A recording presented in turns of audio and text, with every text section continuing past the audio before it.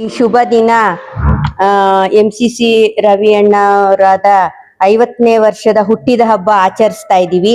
ಇದು ಎಷ್ಟು ಒಂದು ಸಂತೋಷವಾಗಿದೆ ಅಂದ್ರೆ ಅದು ಹೇಳಕ್ಕೆ ಒಂದು ಮಾತಲ್ಲ ಆಗ್ತಾ ಇಲ್ಲ. ಯಾಕೆ ಅಂತ ಹೇಳಿದ್ರೆ ನಮ್ಮ ಮದ್ರಾ ನಗರದಲ್ಲಿ ಒಂದು ಕಿಂಗ್ ಅಂದ್ರೆ ರಾಜ ಅಂತಾನೆ ಹೇಳ್ಬೋದು. ಅವರು ತಂದೆ ಕಾಲದಿಂದ ಬಂದಿರೋದು, ಅವರು ಇವತ್ತು ಅಲ್ಲ ಹೆಸರು ತಗೊಂಡಿರೋದು, ಅವ್ರ ತಂದೆ ಕಾಲದಿಂದ ನಡ್ಕೊಂಡ್ ಬಂದಿದೆ.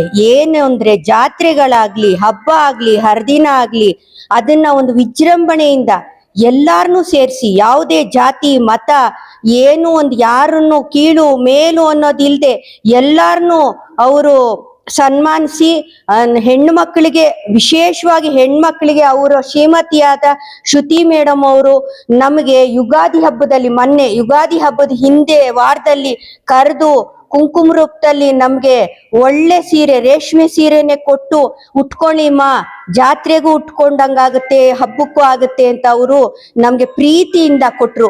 ನಾವು ಅದನ್ನ ಸಂತೋಷವಾಗಿ ಇವತ್ತಿಗೂ ಅದನ್ನ ನೆನಪಾಗಿ ಇಟ್ಕೊಂಡಿದೀವಿ.